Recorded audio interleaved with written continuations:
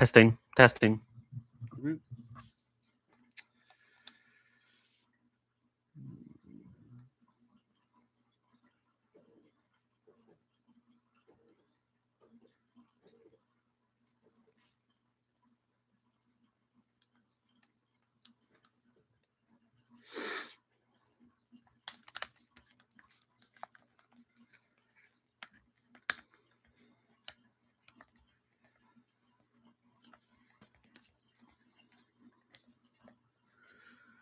Hey, Drew, good to see you here.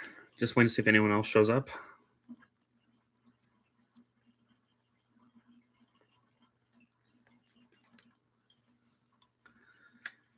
All right, good to see Anita's here.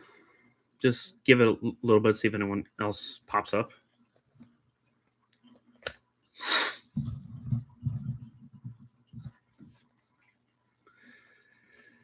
Yes, we're finally at Disney's 26th animated feature.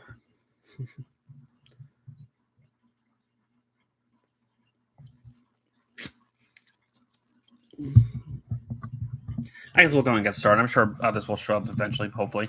So, yes, welcome back to another Disney Watch Along. We'll be looking at their next, what I think a lot of people would call another underrated gem, and that is The Great Mouse Detective. A movie that sadly not a lot of people know about. I think more people are becoming aware of it thanks to like the internet and people discussing this movie, and many people are agreeing that this is definitely an underrated gem that more people should be aware of. But yeah, enough dilly dallying. Let's just go ahead and get started. I suppose. Let me just directorial debut of John Musker and Ron Clements. Yep, that's right. They'd have their hand in a lot of the Disney classics. So, all right, let's go ahead and.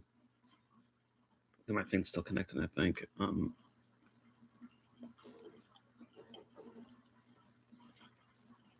right, my headphones are connected. All right, everyone ready? Everyone, let's see. Yeah, it's interesting how this movie has different titles depending on where you're from. So anyway, ready? I got the movie ready. So everyone ready? Ready, spaghetti? 3, 2, 3, 2, 1, and play.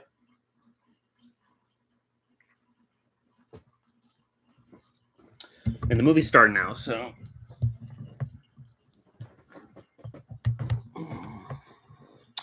just pray we don't have internet connection problems again. Yeah, interesting. This movie was released the exact same year that Don Bluth released An American Tail, London, 1897. Yet another Disney anime classic that's set in London. That's funny.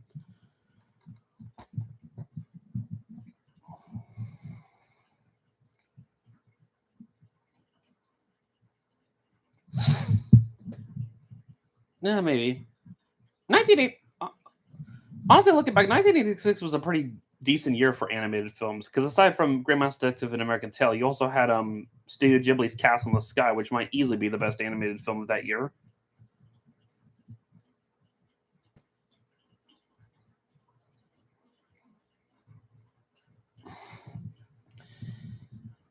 It's a shame that Disney had to retire a lot of their lesser known characters at Disney parks because it'd be kind of neat to see someone dressed up as Basil at the park.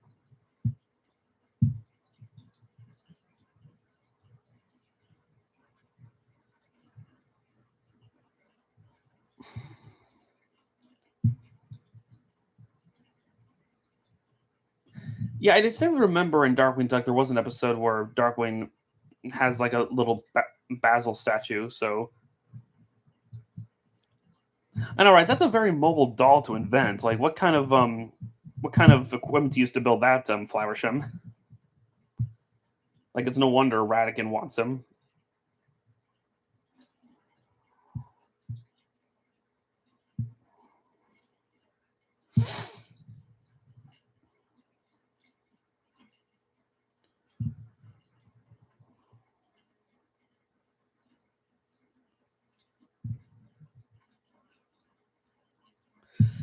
Well, what a way to start your family film, huh, Disney?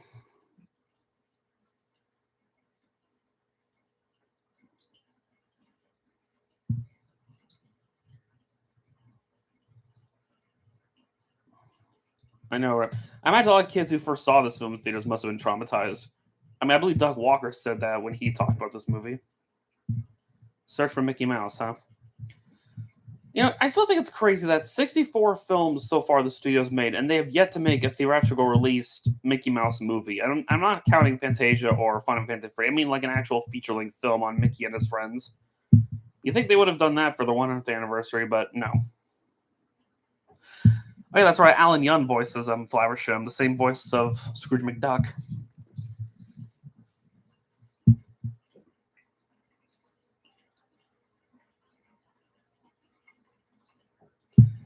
Okay, this movie actually had 4 directors, but 2 of them would be big names for Disney.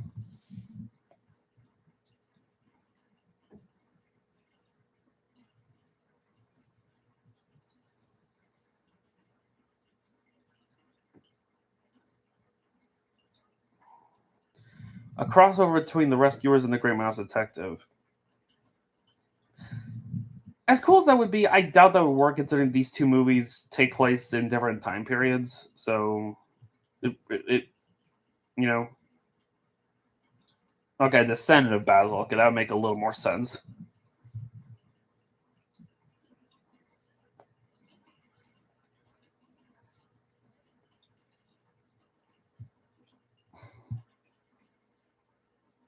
Save the crossovers for the tournaments.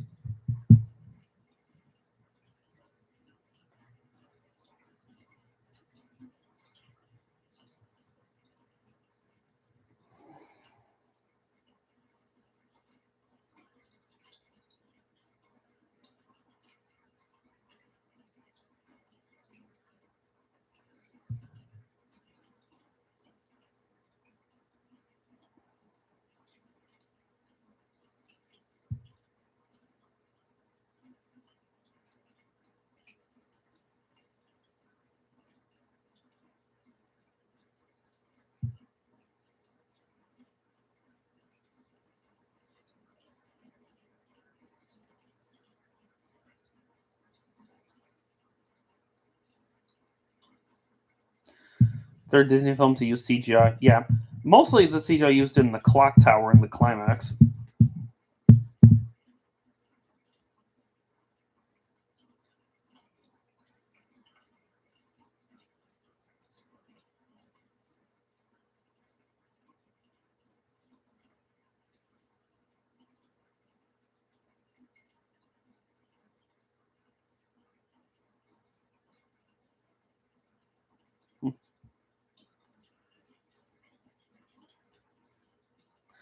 Yeah, that's what I've heard. That because the Black Cauldron bombed so hard, this film's success would have helped him out a little bit.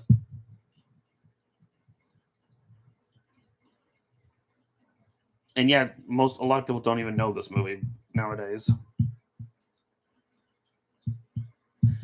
It is amusing that Basil lives right under Sherlock Holmes.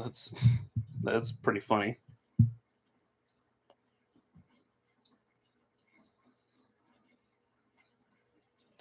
Treasure Planet, I do agree, is underrated. Dinosaur, as much as I have a soft spot for the movie, I don't know if I'd call it underrated. I don't know. We'll see when we revisit that movie.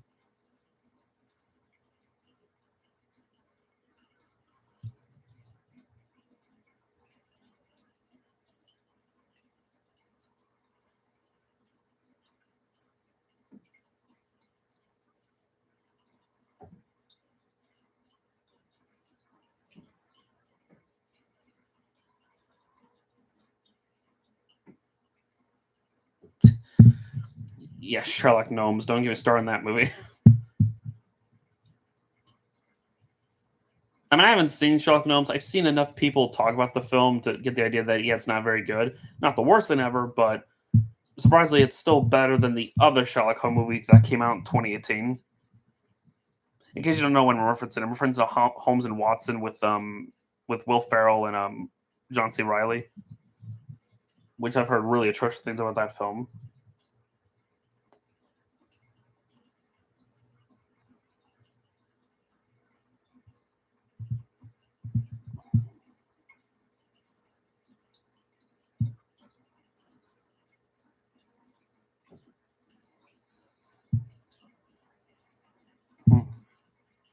I know, right? Although this is 1897, so it was a completely different time period.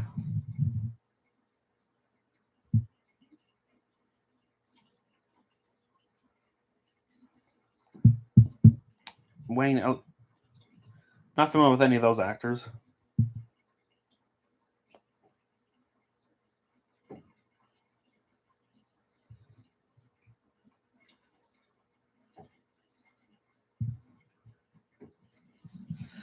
I know, right? You just don't see Disney protagonists like this anymore who are just narcissistic jerks. I mean, I guess there's also Darkwing Duck in the TV show, but nowadays they just have to have the protagonist be all squeaky clean and pure of heart. It just makes it more interesting when they're jerks, but in a lovable sense, if that makes any sense.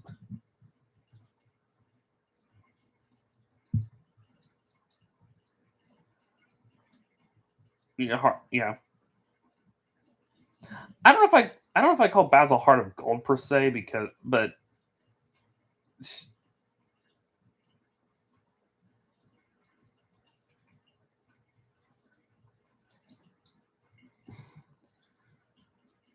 Jeffrey Katzenberg.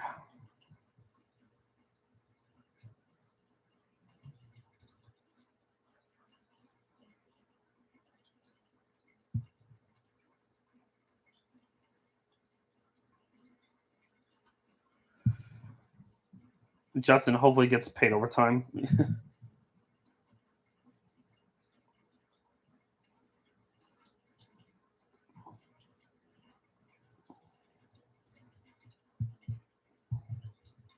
Michael Eisner. Again, a big name for Disney at the time, or like it still is now, but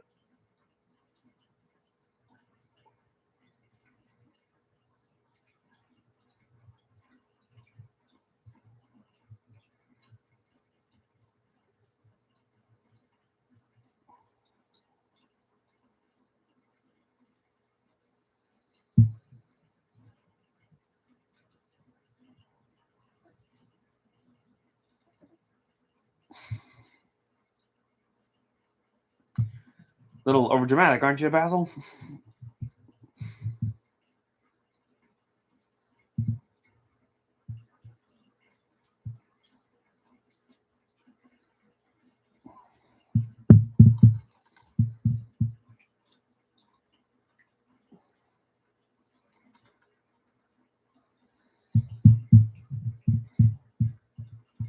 Go away, I'm brooding.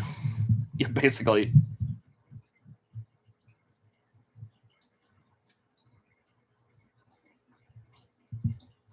Awkward.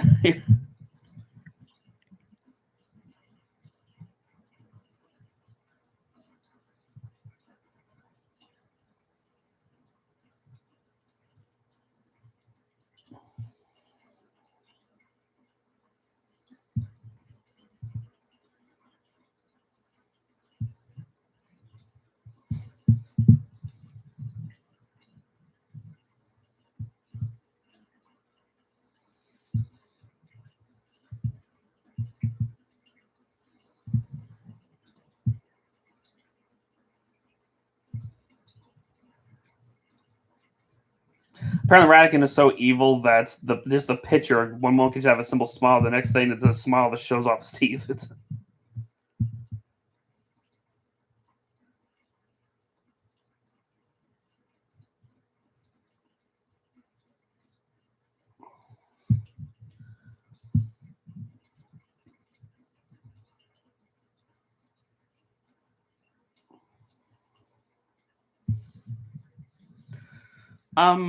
I know. I believe Radican does have a first name. I can't remember what. I'm sure if you go on the Disney Wiki, it says.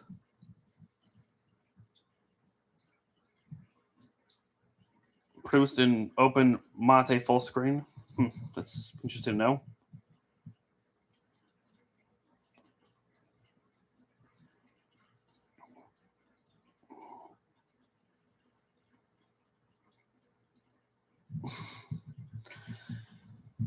And here he is, the big honcho himself, Radican. Definitely up there was one of the more criminally underrated Disney villains. I mean, Vincent Price. Need I say more? It actually said something when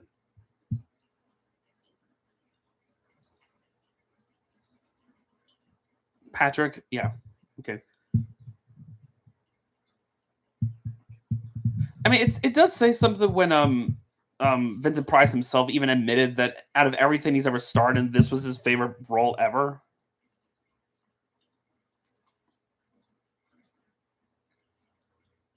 I wouldn't say Frollo's underrated. I think more people nowadays have come to agree that Frollo is one of Disney's all-time greatest.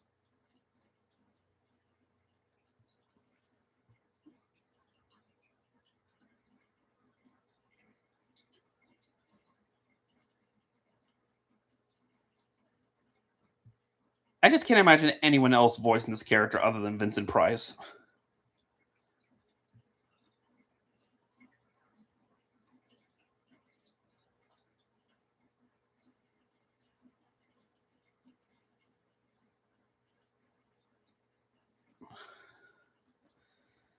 Yeah, Vincent Price. Now that's an actor. Well, that. I mean, jeez.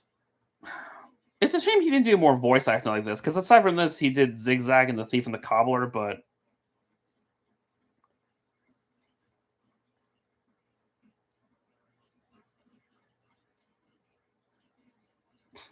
just how much he revels in being evil is just amazing. Like we just don't get Disney villains like this anymore. Who just they don't have a reason to be evil. They just love being evil. That's it.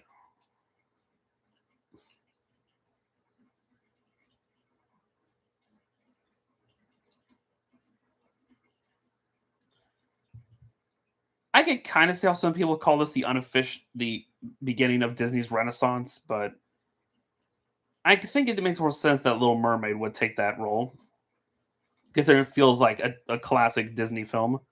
You know, being a princess and a fairy tale, a musical, and all that. Like this movie isn't a musical. I mean, yeah, it has a couple songs, but I wouldn't really call this a musical.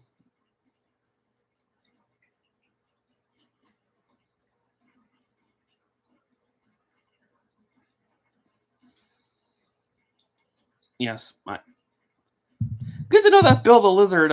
Interesting that he. Interesting to see that Bill the Lizard retired from being a chimney sweeper in Alice in Wonderland to become one of Ratigan's thugs. Just saying.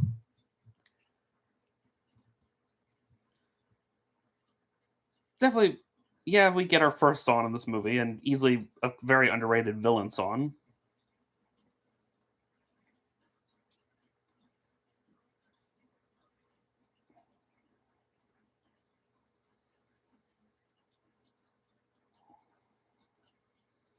I know, right? Although that does raise the question: does Alice in Wonderland and Grandmaster Detective take place in the same timeline?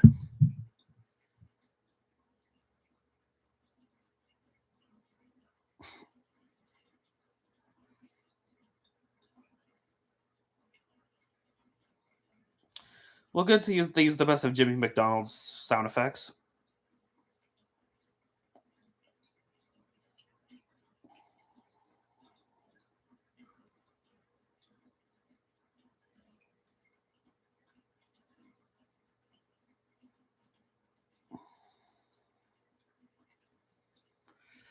I know, right? Like, there's a lyric in this song where he talks about how he drowned widows and orphans. It's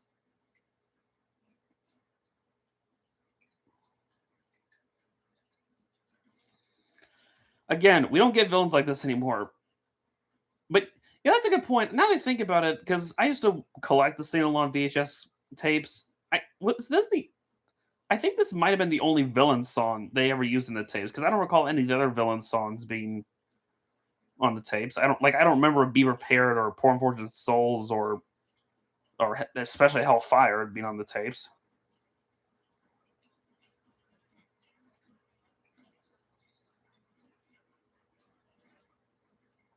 Castle Thunder, yeah.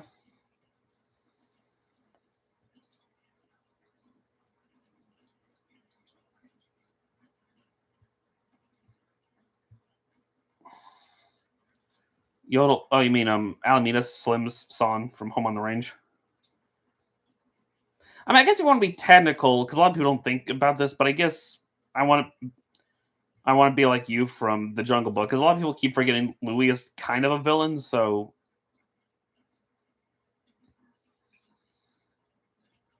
a fountain of champagne that would be something. Uh-oh, you said it. He said it.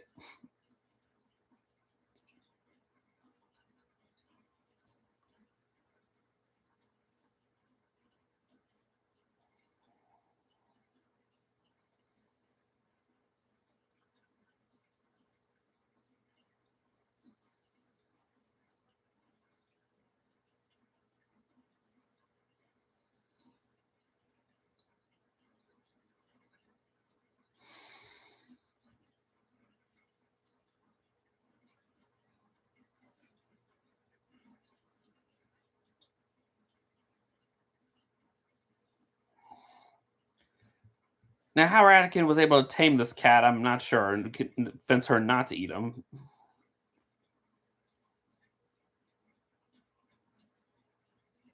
That is one fat cat.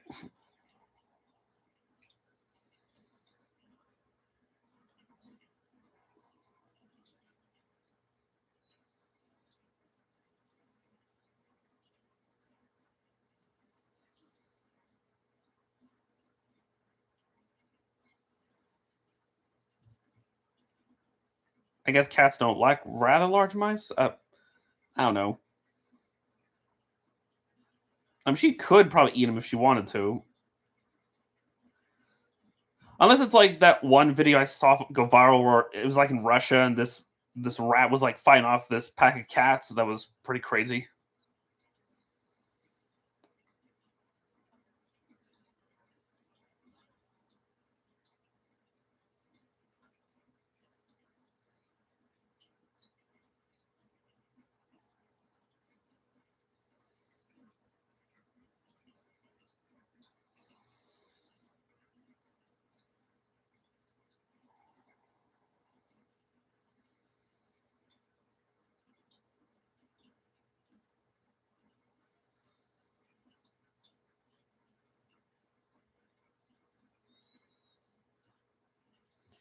Now that's how you introduce your villain.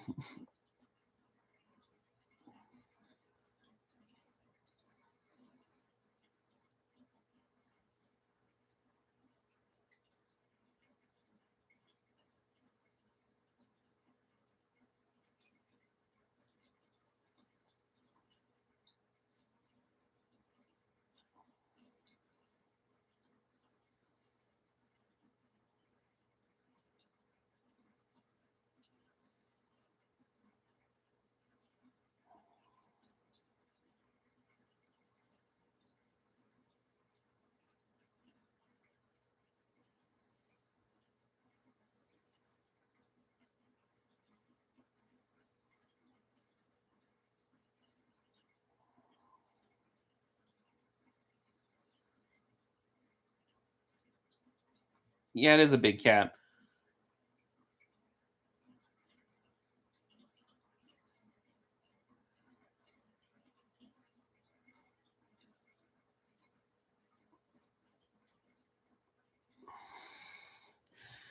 Yeah, surprisingly there weren't that many Disney villain songs before this movie. At least not as many as we like to think. I think they saved some of the better ones during the Disney Renaissance.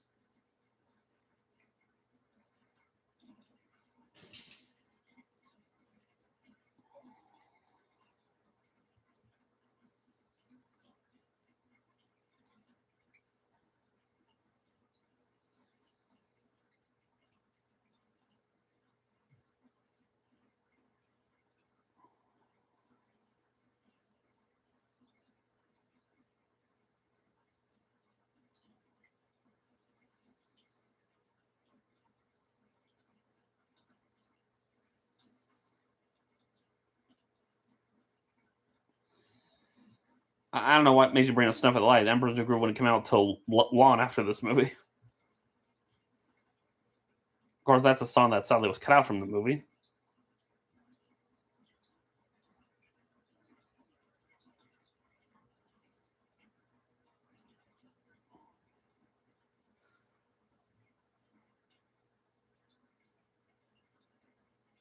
I know.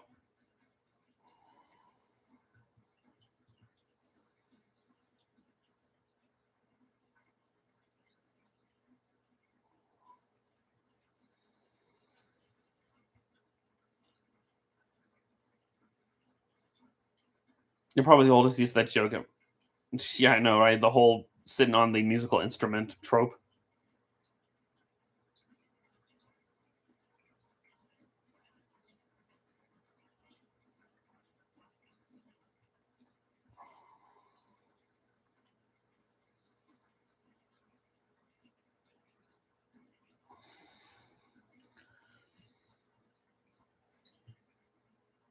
Now I kind of want to see like them make a movie, but it's on Sherlock Holmes in this universe and what crime they're solving while all this is going on with the mice. Be funny if it's like the same crime.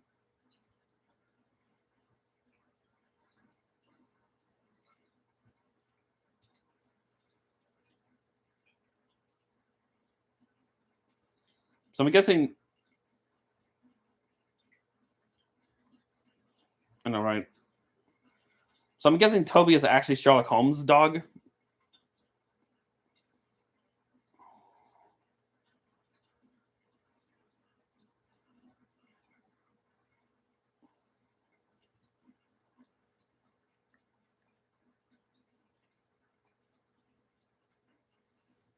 I know, right? How did Basil even train Toby? I get that Basil's smart, but like I don't know. Maybe when Toby was just a puppy, at that age when puppies are more curious and aren't as vicious.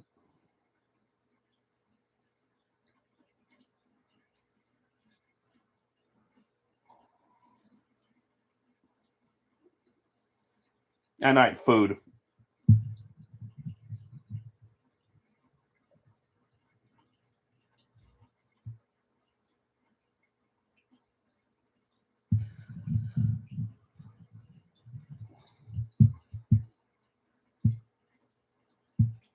I mean, obviously, it makes sense Disney would recycle the same growling sound effect.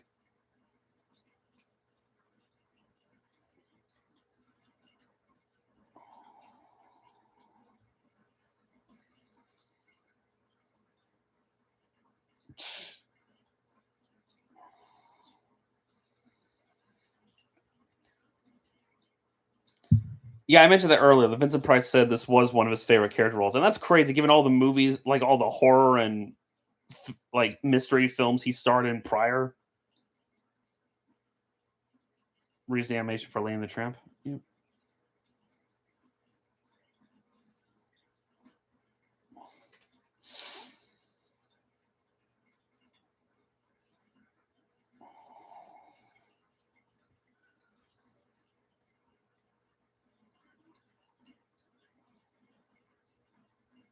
And he's at a toy store.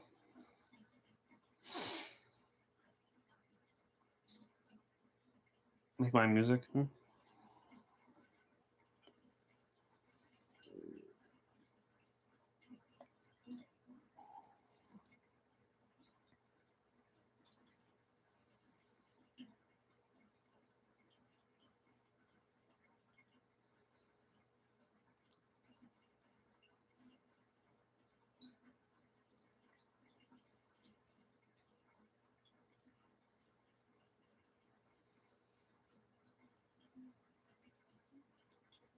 And you left the list behind.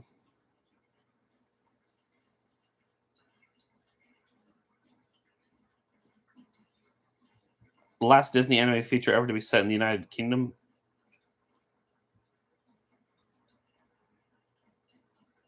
That's interesting to know. So Disney hasn't made a animated film set in London since this movie. Oh, it says, what is Toby's beef with Dawson? That's what I never understood.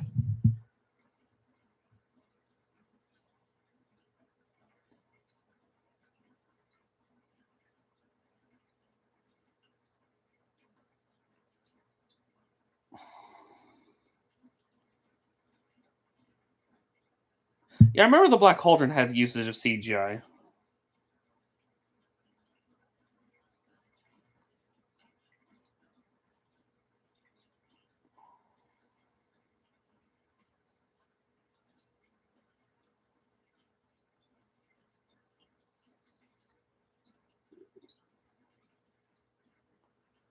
Yeah, exactly.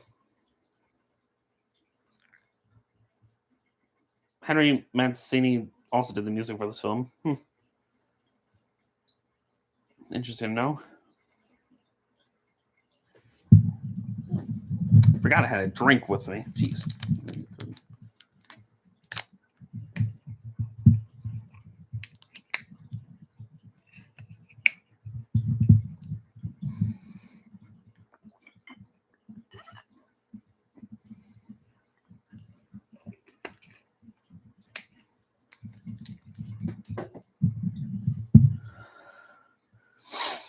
So considering Fidget has been stealing like uniforms and gears and whatnot from this toy store, how do you think the owner who works at the store is going to feel when he notices the uniforms of his toy soldiers are missing?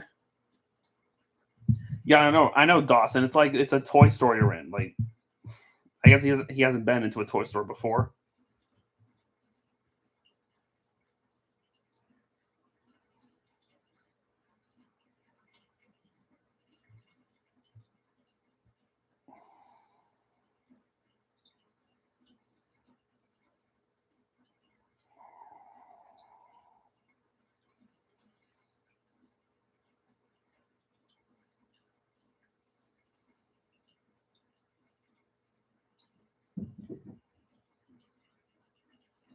Yes, be quiet as a mouse. Hey, wait. Okay.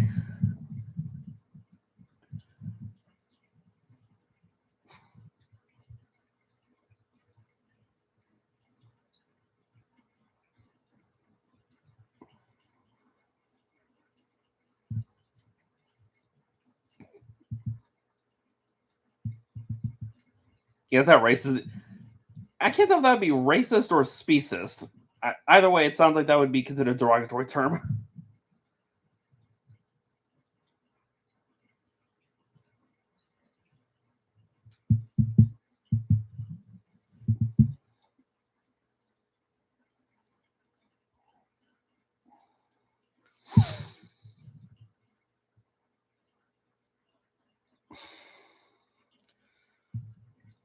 First major film.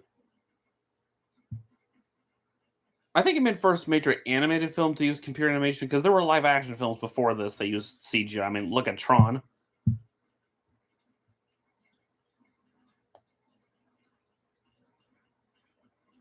Which that'd be a fun series to do a watch along for the Tron franchise, the movies or and the show.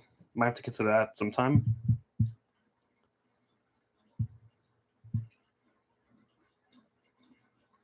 Or at least it'd be fun to wipe our feet before we go inside. Yeah.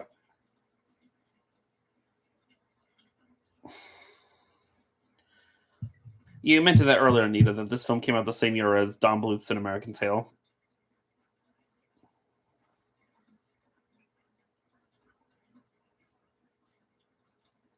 Dumbo?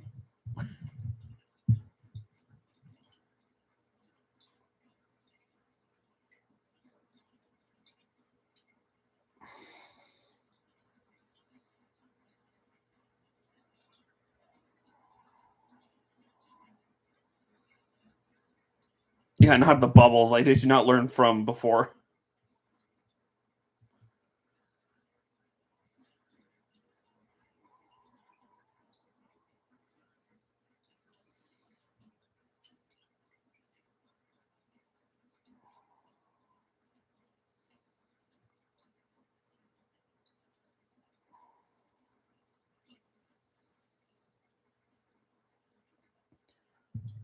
I think it's less of a cameo and more of an Easter egg that Dumbo shows up. But again, I guess it implies that Dumbo takes place the same year as this movie.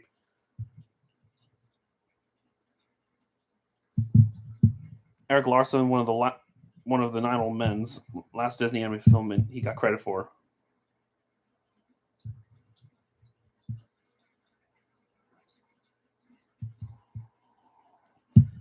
But then again, I guess it's like the Pixar theory that all. I guess there's that theory that all these Disney animated films take place in the same universe to some degree.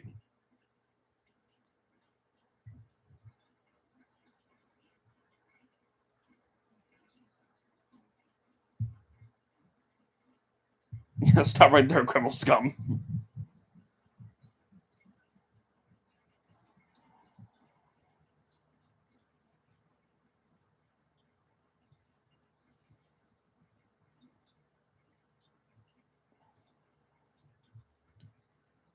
Yeah, we have seen all these worlds collide multiple times. Yeah, I guess you could say that. Not just within the movies.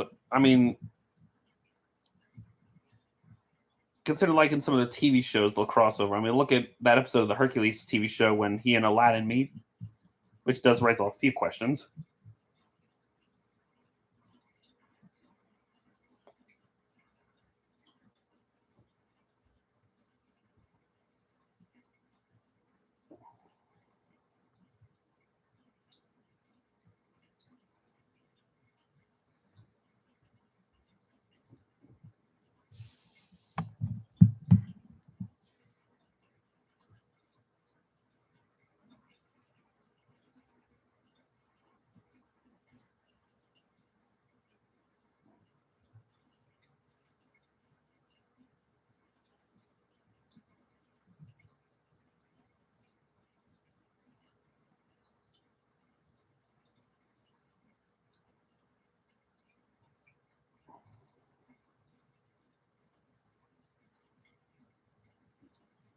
Yeah, I guess the film career isn't for everyone.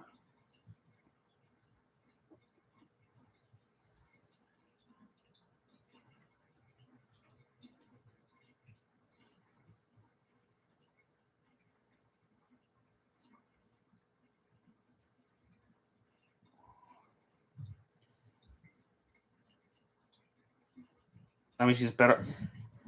Well, Drew, if you're referring to a certain other child actress who was around during the '80s, but sadly didn't make it to a career because of certain tragic events, yeah.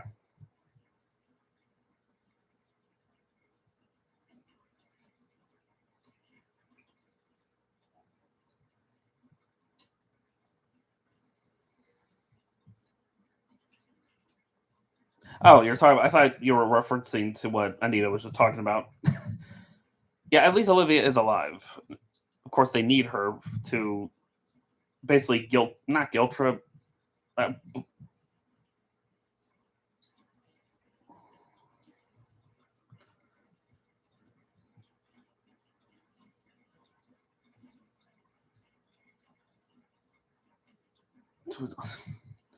we'll get to that scene in a little bit, Anita. Don't worry.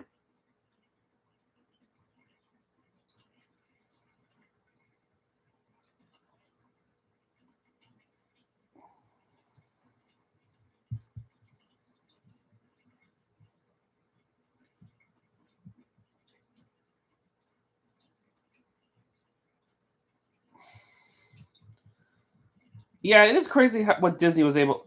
Well, here's what's interesting to keep in mind: Black Cauldron was their first PG-rated animated film, and they wouldn't make another one until Dinosaur in 2000. So every animated film they did between those two movies got away with the G rating. That's crazy to think about.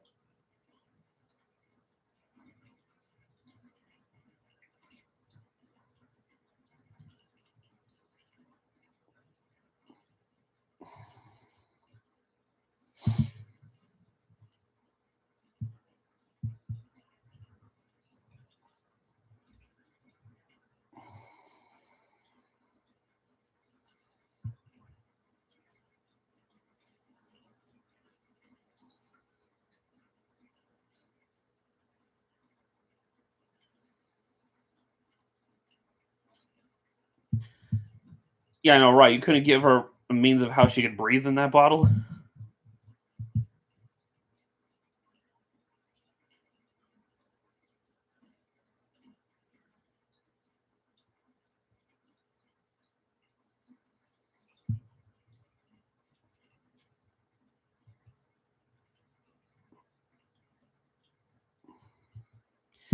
Let's just hope that Disney doesn't get the idea of remaking this film because I can't see this movie working in live action.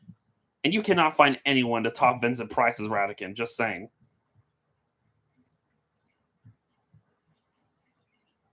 Yeah, I never. You remember your blood pressure Radican? Yeah, at least Siskel and Ebert seem to like this film quite a bit.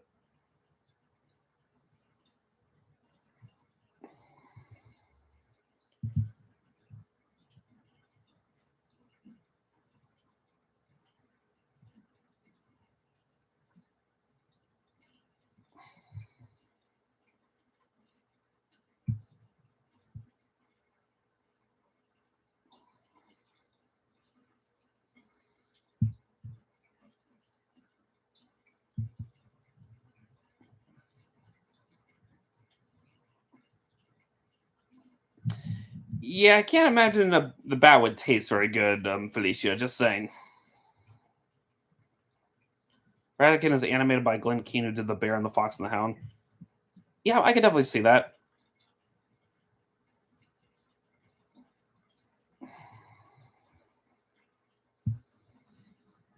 You know, it's funny. We're only 38 minutes into this movie, and already quite a bit has happened.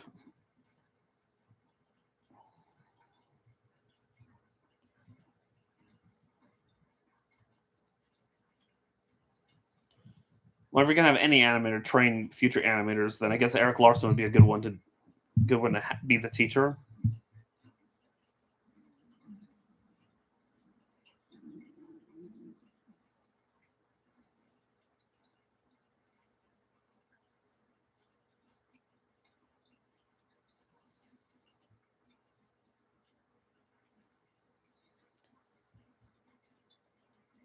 Basil may be a bit eccentric, but I mean he's at least pretty smart. So this and Fox and the Hound with the crowning jewels of the '80s.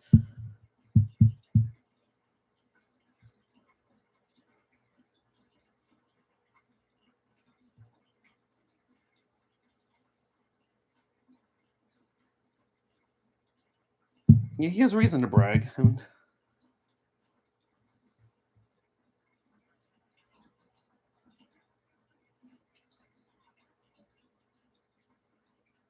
I mean, he knows his chemistry.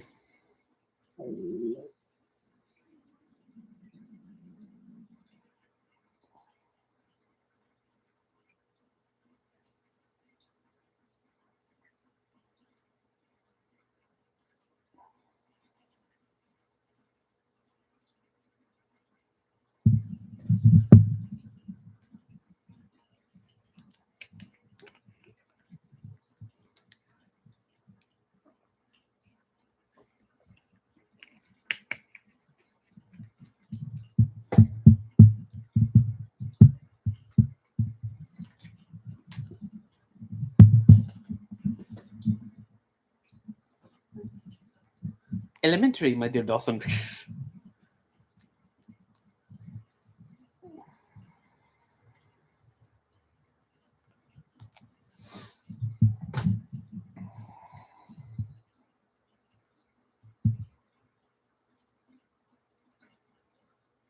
Yeah, stay there, Toby, and just hope no dog catchers get you, or have your owner wonder where you've been off to.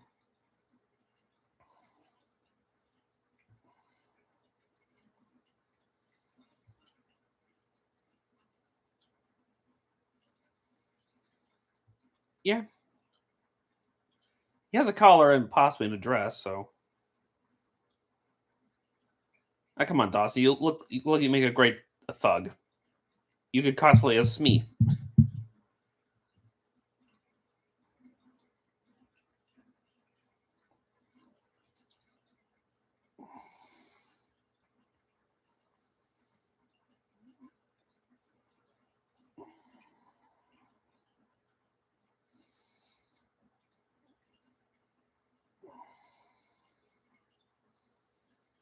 Hmm.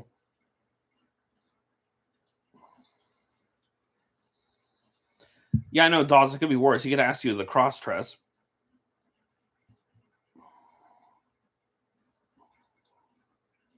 Yeah, I just mentioned Smee. Like,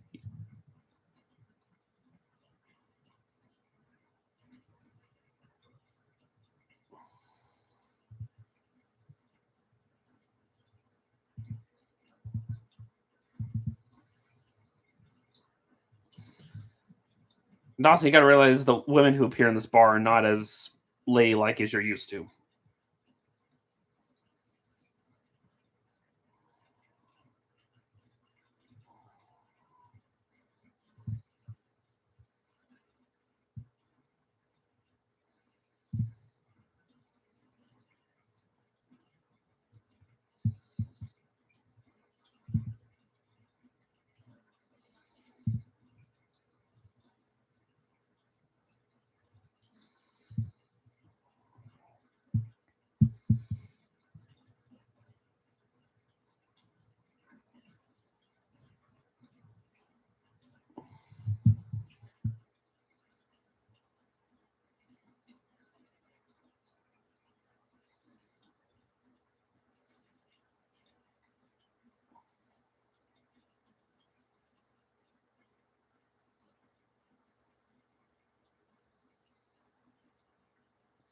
I guess Radigan does live in infamy, considering they all freaked out that way.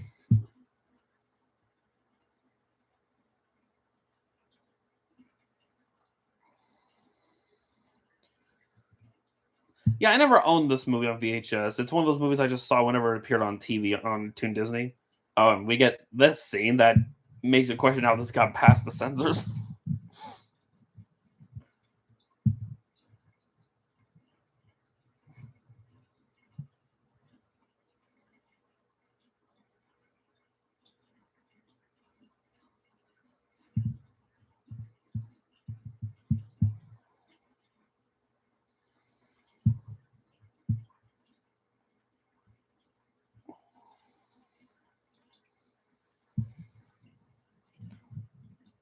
I think furries were a thing in the 80s. They just weren't as big as they are today. Because I know there is a documentary film that goes in the history of the furry community that goes into that. I'm just saying because this is a G-rated film, and yet they. Okay, if I remember correctly, I think Doug Walker talked about this in his review of the movie. It stated that I can't remember how he worded it, but it's. I guess the answer how they're able to get away with this is because well they're mice, so there's nothing weird about this. If there's people, then we'd be concerned. But because they're animals, who cares?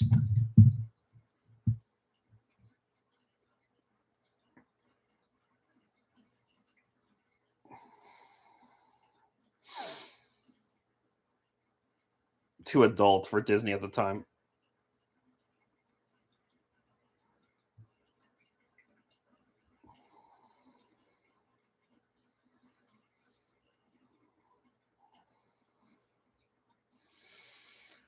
Dis-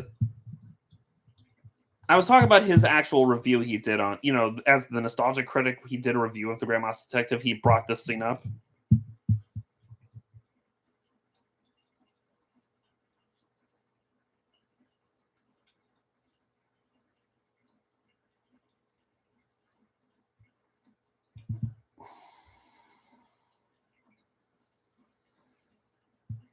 Yeah, not as adult as Hunchback, except Hunchback got away with a lot of heavier stuff in this film.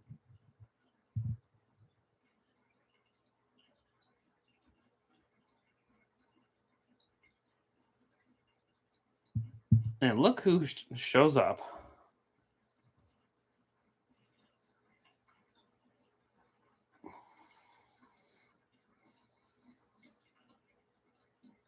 I'm guessing Dawson has never had alcohol before. Then again, I never have either, and I don't plan on it. But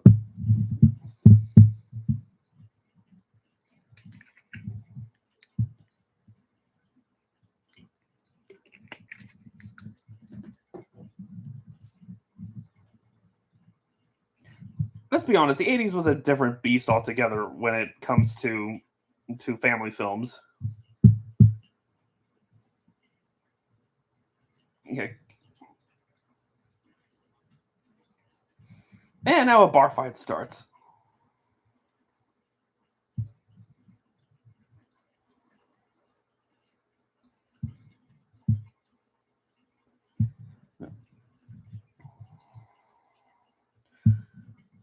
Yeah, the 80s was peak Don Bluth, let's be honest. That's when his films were at its best and at their darkest. It'll be interesting when we just finally. It will definitely be interesting to go through Don Bluth's filmography on this channel later on. I mean, it could be a while because I have other stuff planned for this channel, but I definitely would love to go through Don Bluth's movies.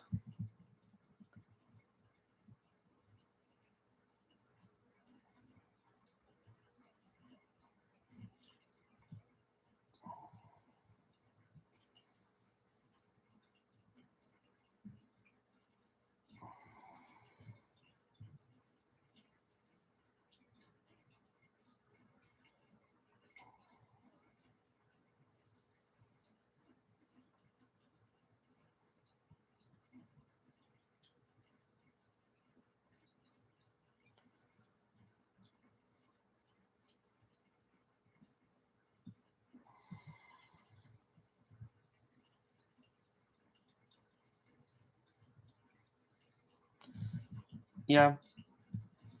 I mean, there's some of his films I wouldn't be that hyped to revisit, like, Trunks Park or Rockadoodle or Thumbelina, but It'd be interesting to look back at his films, in either way.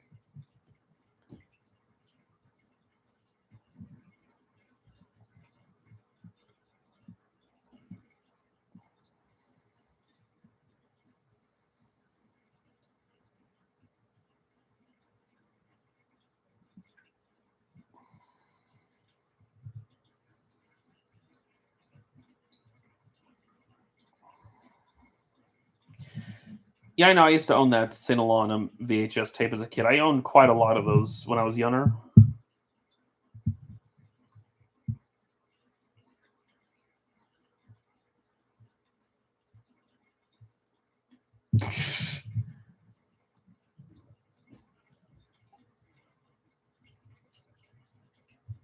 Radican is quite the troll.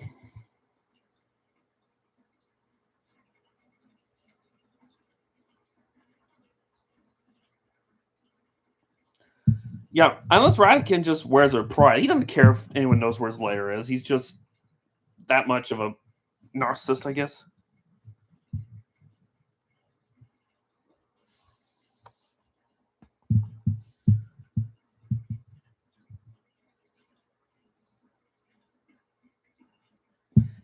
Interested Radican doesn't lose his absolute mind when Bowser just called him a rat there.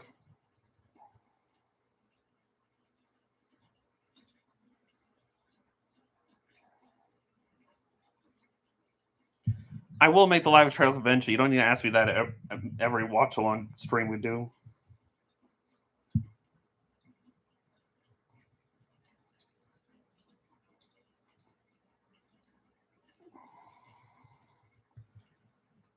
Yeah, I bet he is female on the inside. Just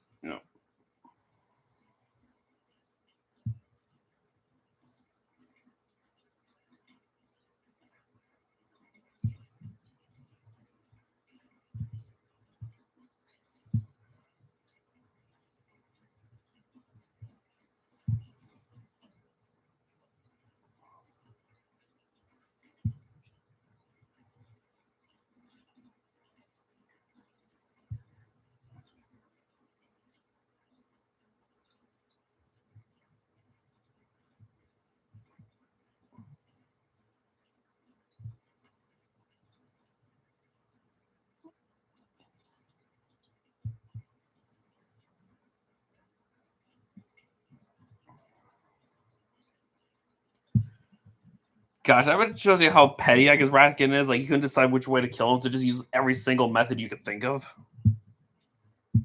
Like talk about overkill.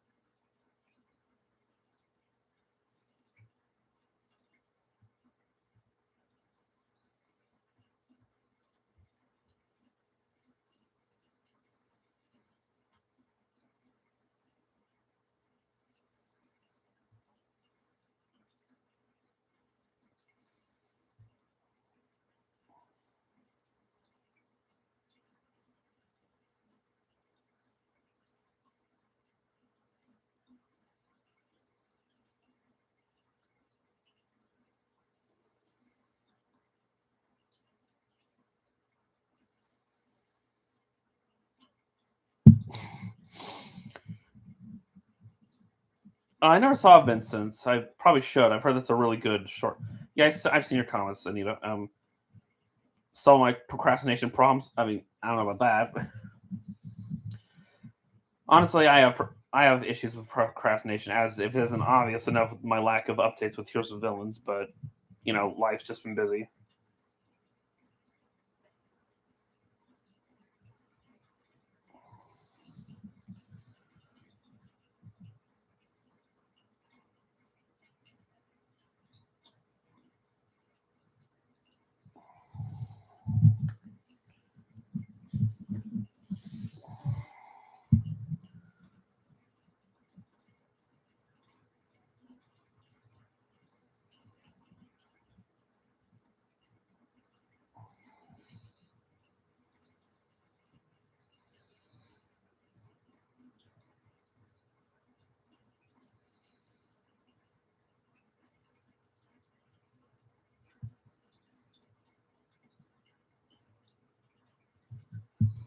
Yep.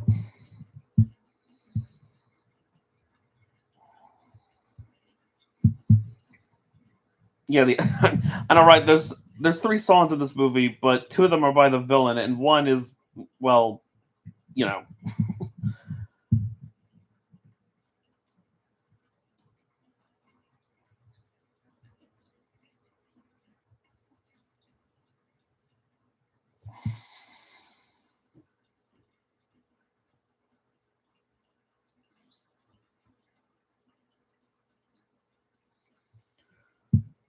I don't know if I call the. I mean, the rat from Lady and the Tramp again is just another case of just an animal doing animal things. I guess, you know.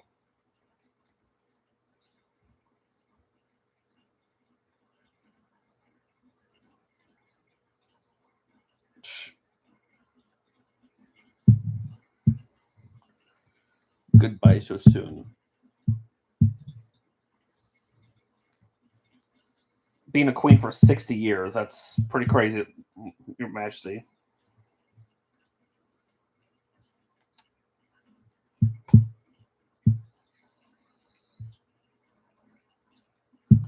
Yeah, I don't get how anyone's supposed to be fooled by this because even though it looks exactly like her, it doesn't move like her. So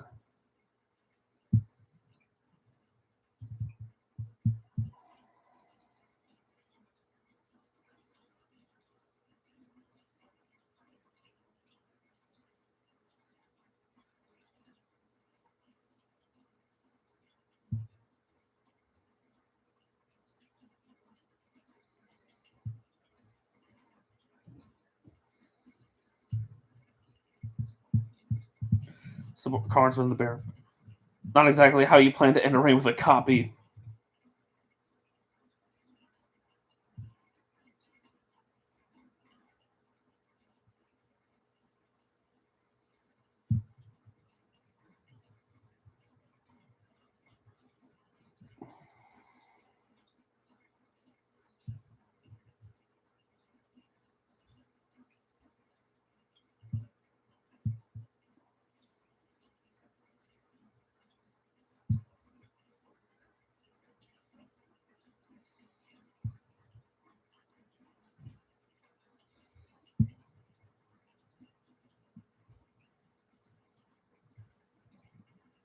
Yeah, it just proves Radigan is very self-indulgent himself.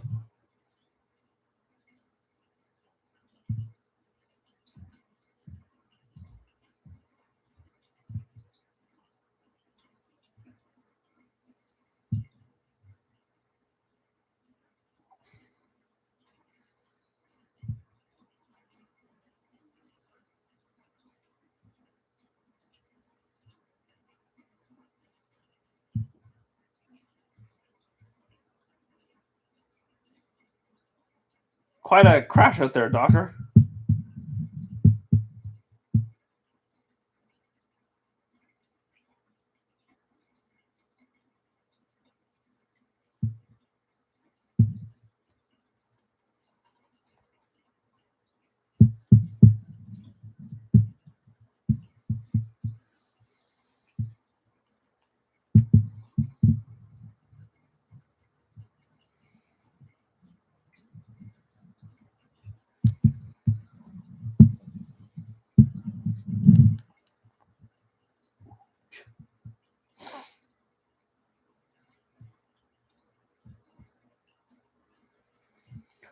Bassel must have been quite the must have been quite a physics teacher.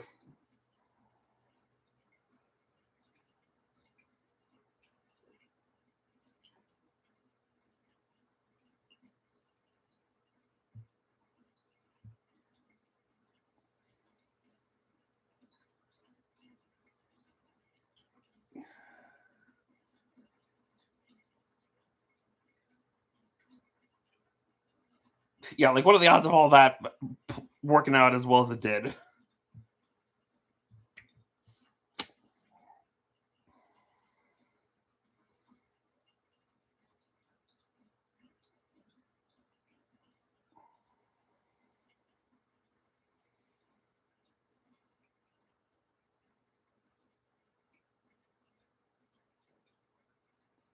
Yeah, right. I would hate to see that picture if he lived long enough to see it.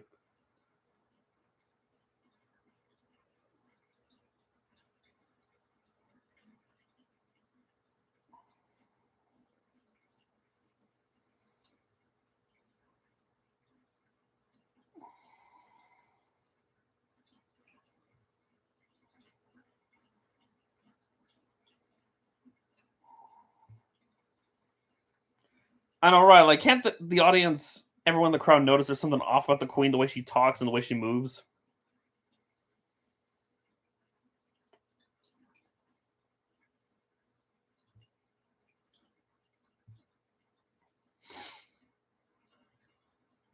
I guess Ratican really is infamous. The fact that all the mice react in horror like that.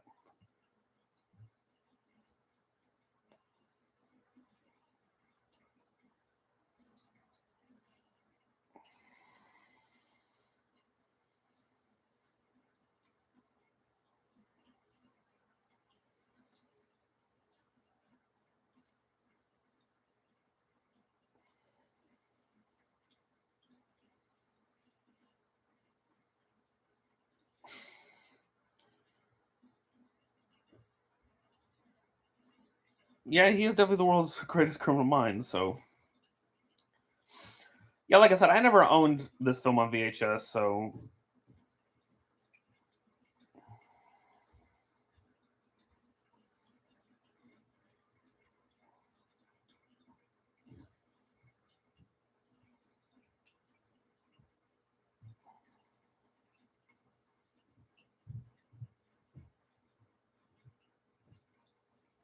good thing they made it just in time.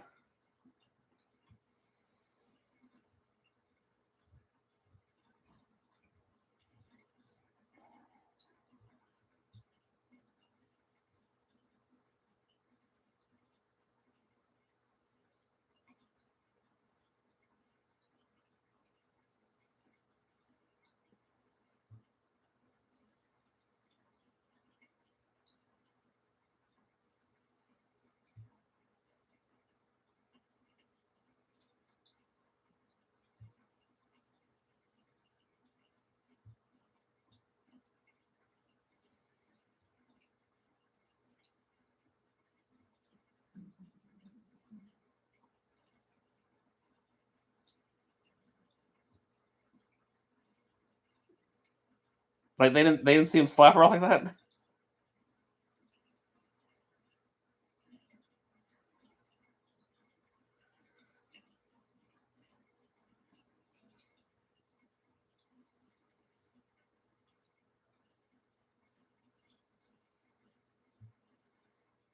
Yep. Now the cat's out of the bag.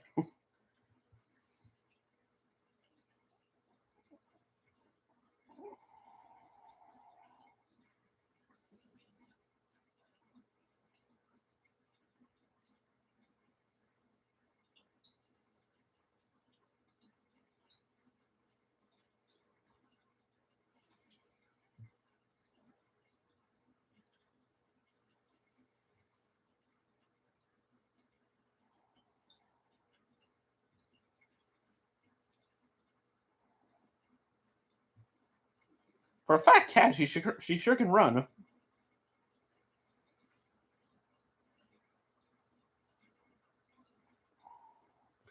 PS2 games, some, and she's dead.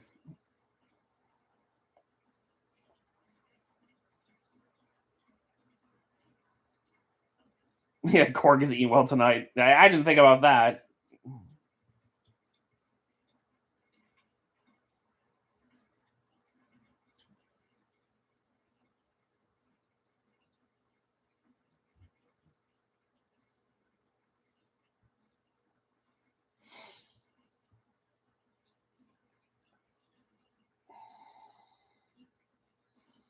Nope. I think it's the same cat sound effect they use in a lot of animated films like this.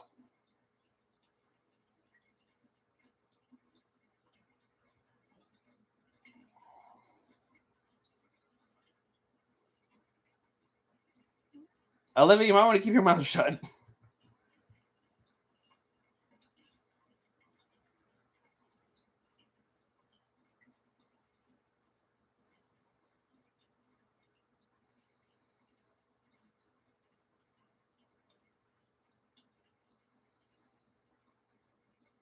You stop saying the R word. He's really about to lose it.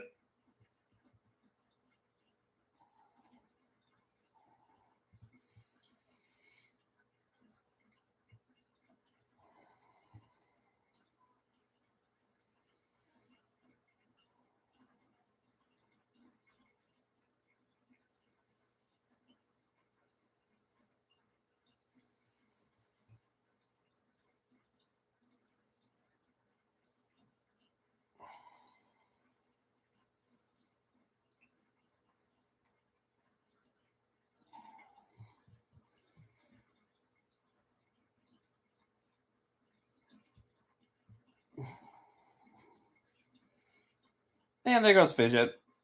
Assuming he just drowned or became fish food.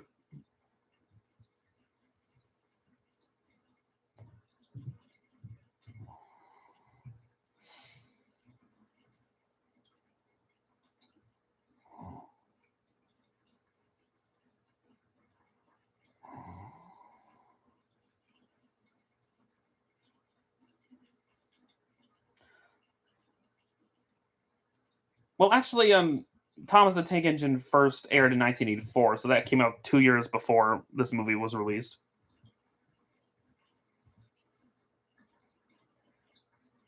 Basil sounded too British.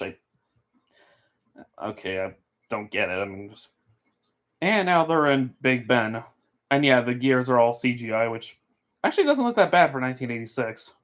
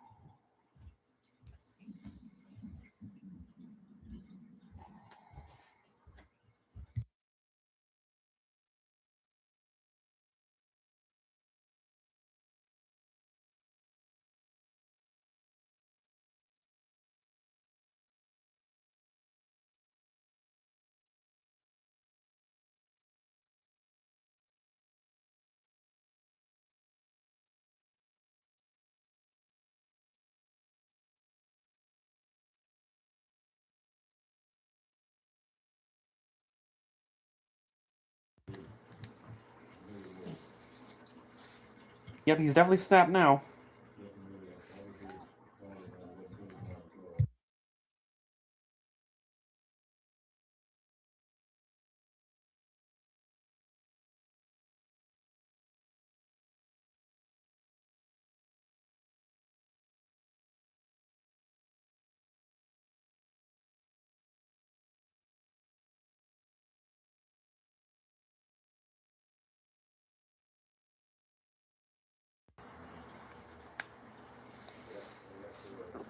Now he really is a rat.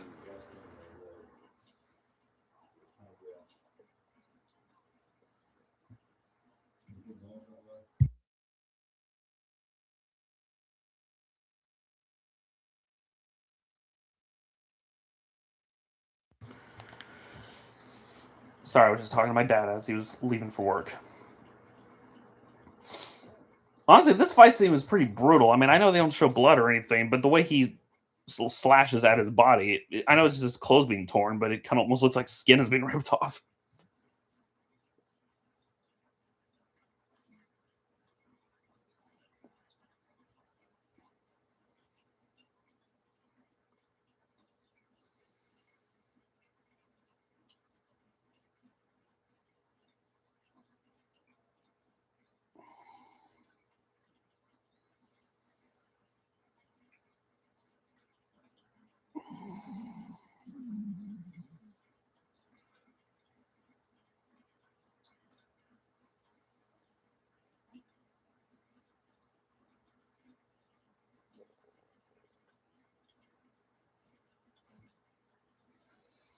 Yeah.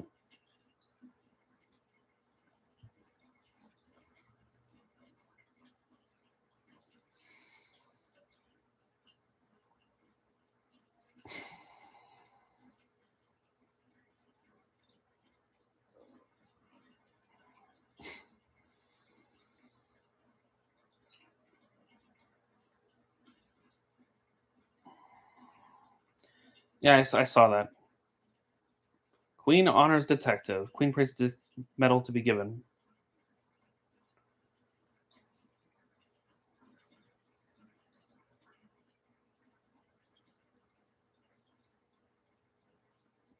Is it with Disney how like a decade after this film came out, Disney was obsessed with making straight to video sequels.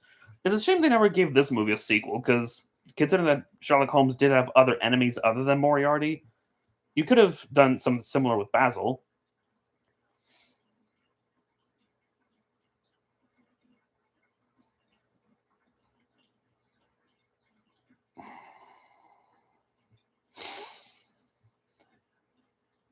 Yeah, although, but like I said, Sherlock Holmes did have other enemies other than Moriarty, so you could have given Basil like their own equivalents of his other enemies, like that one,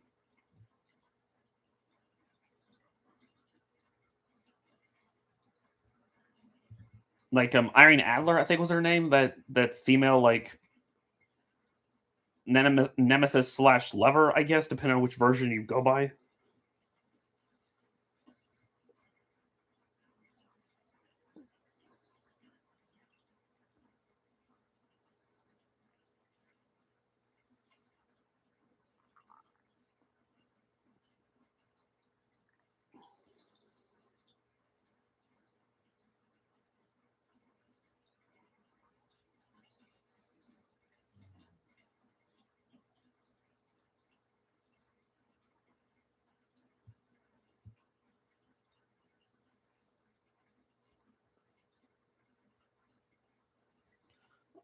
I would say it's an homage. It's just a similar premise, I guess.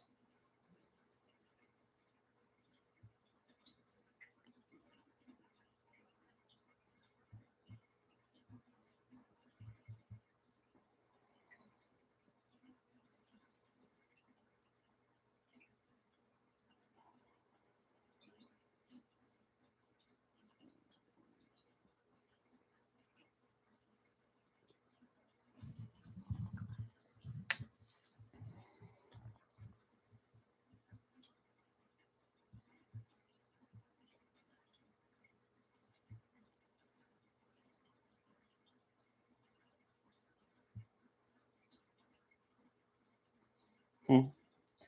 The end. So yes, that was The Great Mouse Detective. Um, yeah, I agree with everyone. This film is very underrated. I don't know where I'd rank this amongst other Disney classics. I mean, I don't know if I put it in my top 10, maybe top 20. It's just a nice little but fun adventure story, of